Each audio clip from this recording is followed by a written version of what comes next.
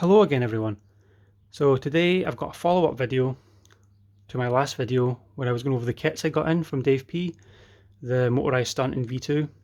I finished off both kits. I have the motorized stunt finished first before I did this, but I'll do a video on that separately. This one is what I finished off recently, about a week or two ago, and I'm really happy with how it turned out.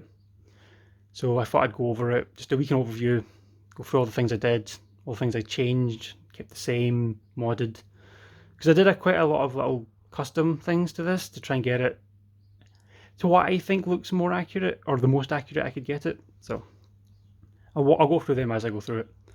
So I'll just start off with the processes I did start to finish, and then just work my way up. So the first thing I did when I got the kit was buff it with some steel wool all over, just kind of like helps open up the pores of the metal, gives it a bit more of a, not a grain to it, but just sort of helps it not be too smooth, so that when I'm doing the chemical aging, the chemical will take to it a little more.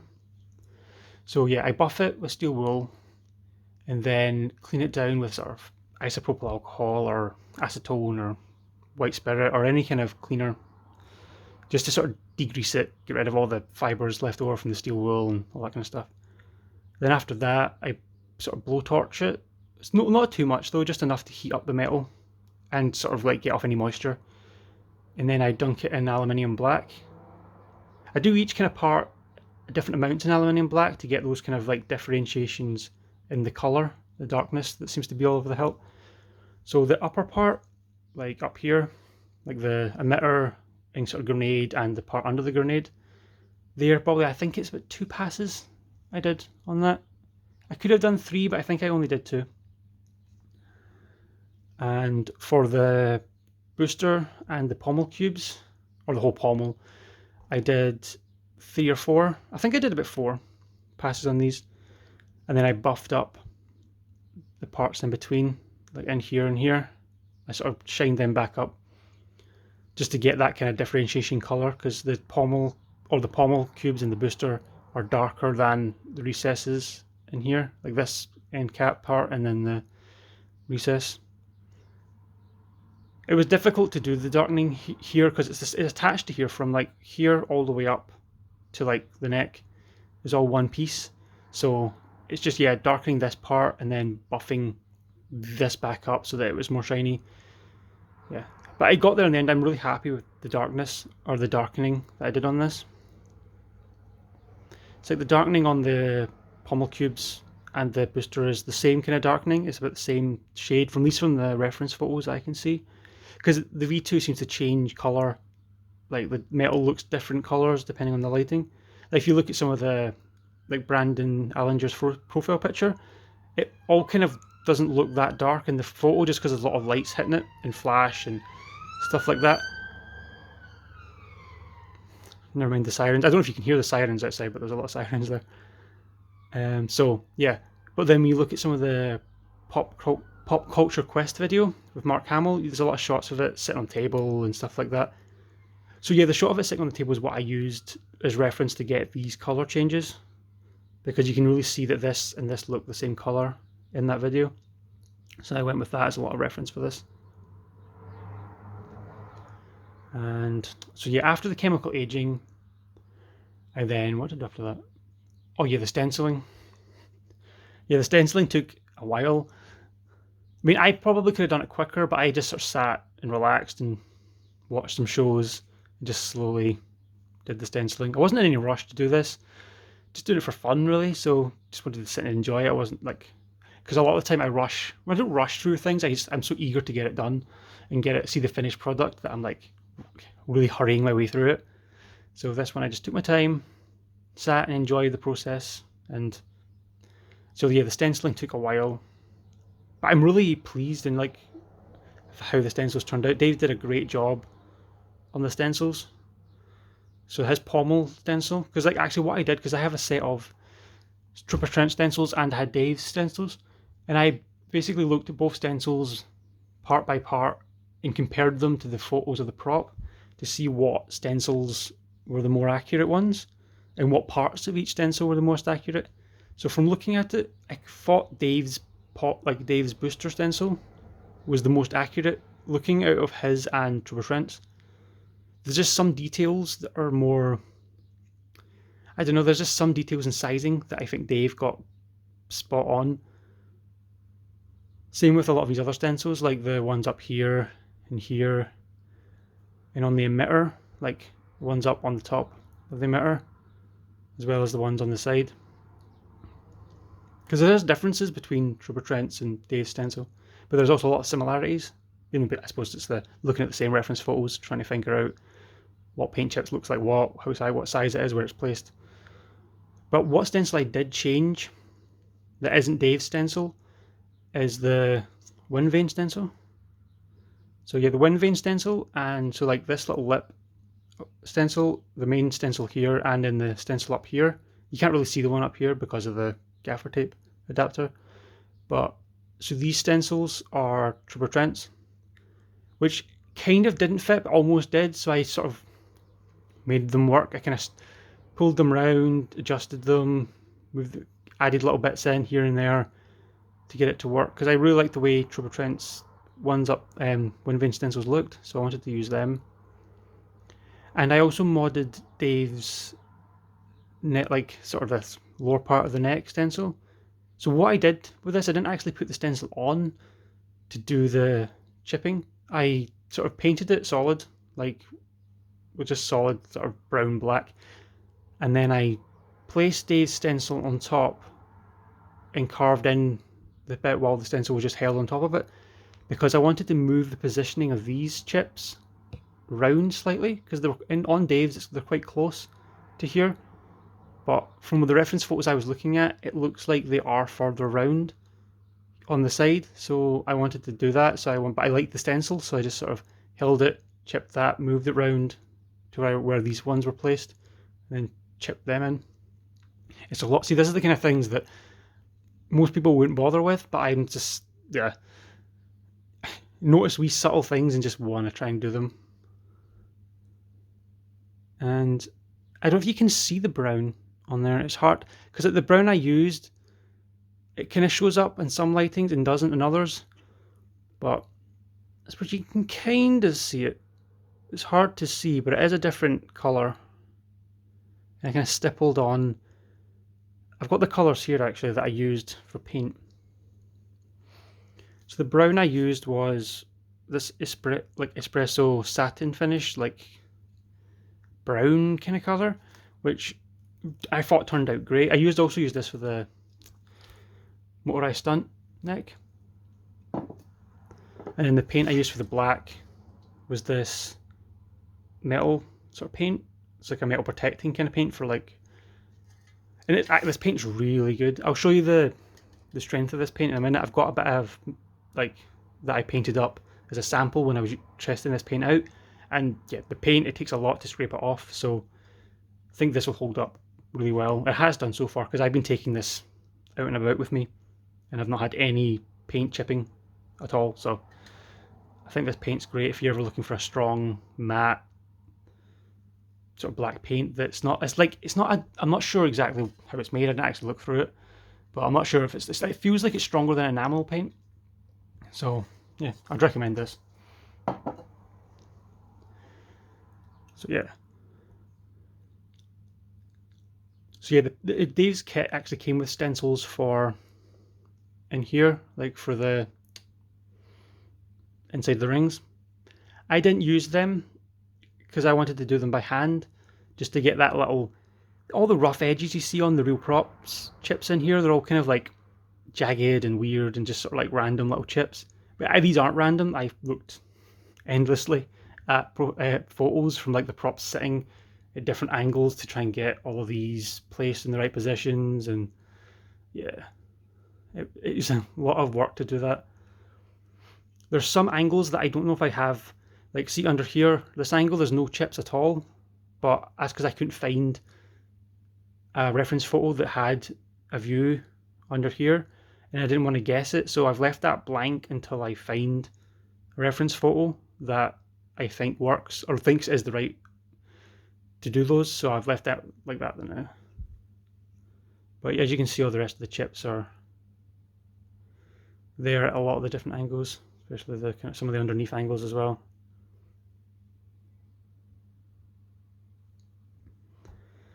And what else did I do? So yeah, I used a triple trend gaffer tape adapter so that I could do the spinning emitter. It's so satisfying doing this, by the way, just like spinning that around. I had to mod it a little bit to fit on this because it was a bit tight fit and this wasn't spinning, so I had to shave off the inside of the gaffer tape adapter on this top part so that it would spin, while this side I left tight so that it would stick on here and not move on the bottom half, but it would move up here. And then I covered it in some gaffer tape with a nice sort of texture to the tape. Oh yeah, what I didn't do actually, I didn't go over the scorch mark on top. So yeah, I did the scorch mark with some more aluminium black. I just sort of hand brushed the aluminium black on there and sort of buffed it back to get that scorch mark that's across the top. And I also cut the wee notch and little sort of like hole into the, I don't know, that's just the sort of like the rod that goes through the hilt. And then I aged that up as well to darken it.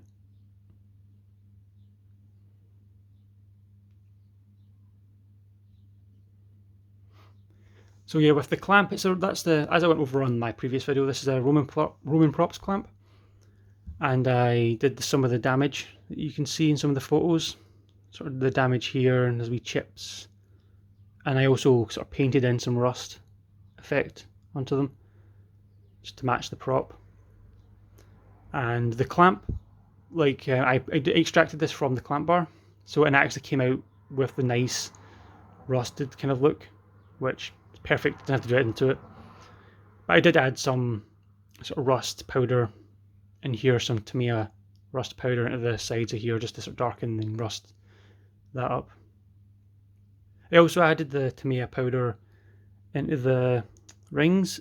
I don't know how well that will come up. It's really hard to show that. Like, I don't know if that's really going to show. You can kind of see it a little bit, but not a lot in there, but it is there. Under a flash, like a heavy flash, you can really see it. I suppose is the look you want to go for. Like when the hilt just sits normally, it's hard to see that. It's not until it's under extreme lighting that you can see it. But yeah, you're not really going to see that, I don't think. What else did I do? Then yeah, you've got the Wonawonga D-ring, Dave's cone knob, the mystery chunk, which I also sanded, or like I removed the plating with distilled vinegar, the sort of zinc plating, and then I sort of shaved it down to the right shape, and then darkened it up with some chemicals as well, just to make it a bit darker.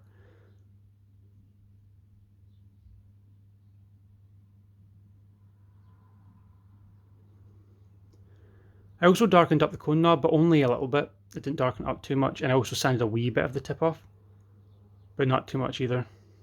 I can always go back and do some more to that if I wanted to change it more, but just a wee bit to it, just until I find out what I want for it, what I want it to look like.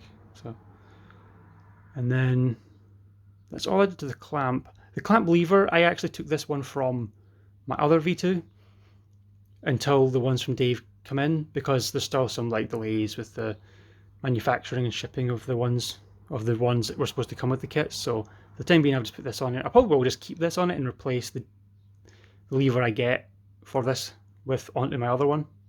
Because no point. It's just like, it'll be the exact same lever, I think. I don't think there's been any accuracy upgrades since this lever, because I only got this one maybe about a year or something ago. So it should be fairly the same as the new runs, I think.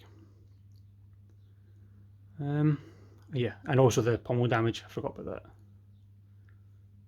So when I chemically aged it, sort of some of it sunk into the wee divots and dents and stuff on here, and you can really, yeah, makes them pop.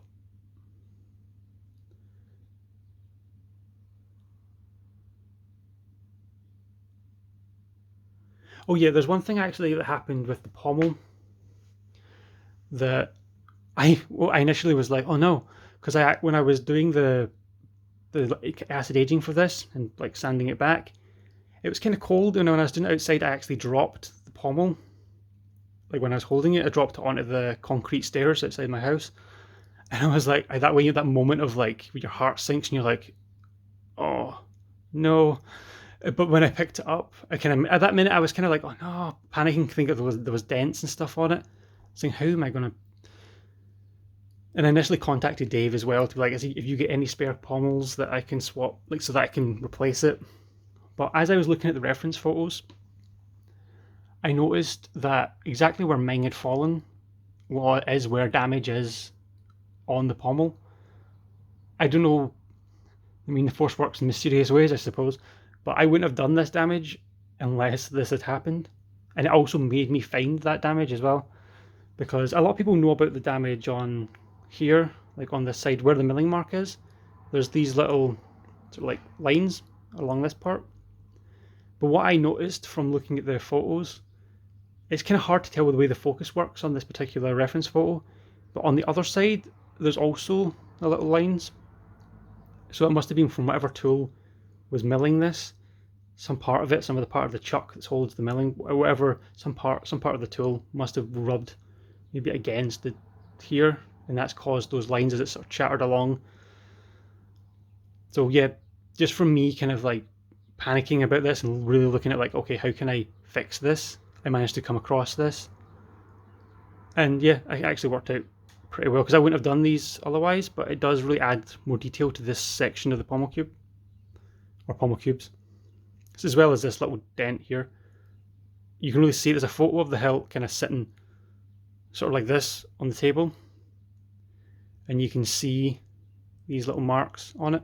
So yeah, I replicated them, and they also helped hide my mistake from dropping it, which so yeah, that's a little story of like a mistake that turned into a happy accident.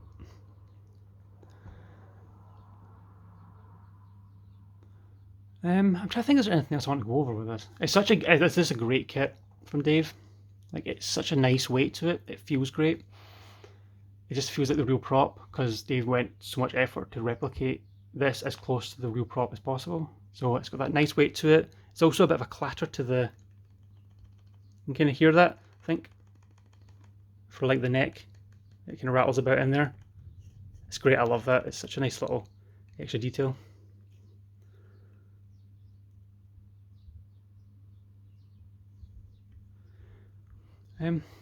Yeah, I think that's more or less all I wanted to go over. I haven't added the fishing line yet, which I'll need to get around to doing. I just need to order some fishing line to do that. And I think that's all I need to talk about. I really need to learn to structure these videos, because this one's probably the worst for rambling that I've done, or for jumping all over the place. Because, yeah, I never know how to plan them out, and I just sort of start talking, and then just being like, let's see what happens. So I hope you've enjoyed this, and if you have got any questions about it, just let me know, because I would highly recommend, if you can pick one of these up. I know the run's finished now, but if you can pick one up, I would highly recommend it, because I think it's probably one of the most accurate V2s out there. At least it's the most accurate to the prop out there. Compared to every other ones, I'm not sure how much they stack up with dimensions and stuff like that compared to this, but this one is the most accurate to the prop that's out there from just sheer construction standpoint. The heft, the way it's made, the fact that it's got all the parts inside that would have been there on the real prop that they then changed out to make this from the motorized stunt. And so yeah, would highly recommend picking up one of Dave's if you can get a chance to. And yeah, sorry for the rambling video, and I probably do one on the motorized stunt next, or might mix it up and do an installed saber that I have, because I've noticed all the ones I've done so far have all been statics, and I've not talked about any of the installed ones I have.